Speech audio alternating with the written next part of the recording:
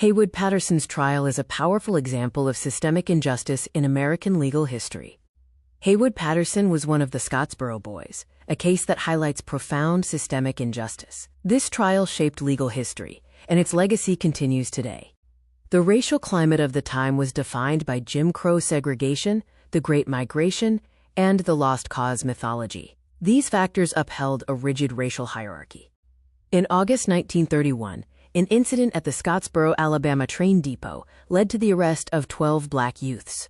This shocking event occurred on August 25th.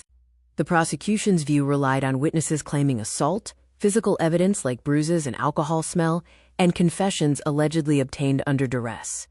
The defense's view included alibis for some boys, a lack of physical evidence, and coerced confessions. Police interrogations included threats of lynching for non-cooperation. The primary charge, rape of a white woman, carried a penalty of death. The legal standard was, quote, clear and convincing evidence, but this was racially interpreted, making the charge a weapon of white dominance. Additional charges included conspiracy and kidnapping. This created the underlying message of a black, quote, gang threatening white womanhood. Packing multiple capital offenses helped ensure a death sentence. The prosecution's theory framed the defendants as a symbol of an organized black uprising against the natural order. Public safety was invoked to avoid rigorous proof, using the virtue of white women as a legal tactic. The initial Scottsboro Boys trial was extraordinarily fast, deeply influenced by racial prejudice. The quick verdict showed a disregard for due process, resulting in immediate death sentences. Sheriff J.C. Foster, a key prosecution witness, testified about the initial arrest and investigation, supporting the prosecution's version.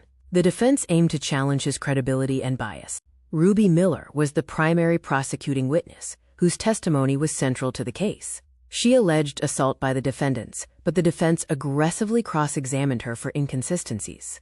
Ruby Miller's accounts changed significantly across trials, showing many inconsistencies in her initial story. Her unreliable testimony was central to the prosecution's case. The prosecution's closing statement focused on a moral panic with key lines like, "We cannot allow lawlessness to infect the safety of our daughters." They argued that justice must be swift. The defense argued that the defendants were victims of a racially charged rush to judgment. Their legal foundation rested on the 14th Amendment's due process and equal protection clauses. Defense witness John Brown provided an alibi for Haywood Patterson. Brown testified that he saw Haywood drinking coffee at a local bar at the time of the alleged crime. Other patrons were used to corroborate this testimony. Mrs. Mabel Jackson was a key defense witness. She testified about the boys' good reputation in the community, highlighting that they were respected students not known for violence or prior criminal offenses. The defense closing statement focused on constitutional due process, arguing against pervasive racial bias. They demanded a fair and impartial jury deliberation, stating the evidence was insufficient for conviction. The jury delivered a swift and biased conviction, resulting in immediate death sentences. This outcome sparked immense national and international outcry, fueling protests against racial injustice and bias. Testimony revealed that the interrogation officer admitted to threatening the defendants with lynching to force confessions. Cross-examination successfully demonstrated that the confessions were made only under extreme police coercion and duress.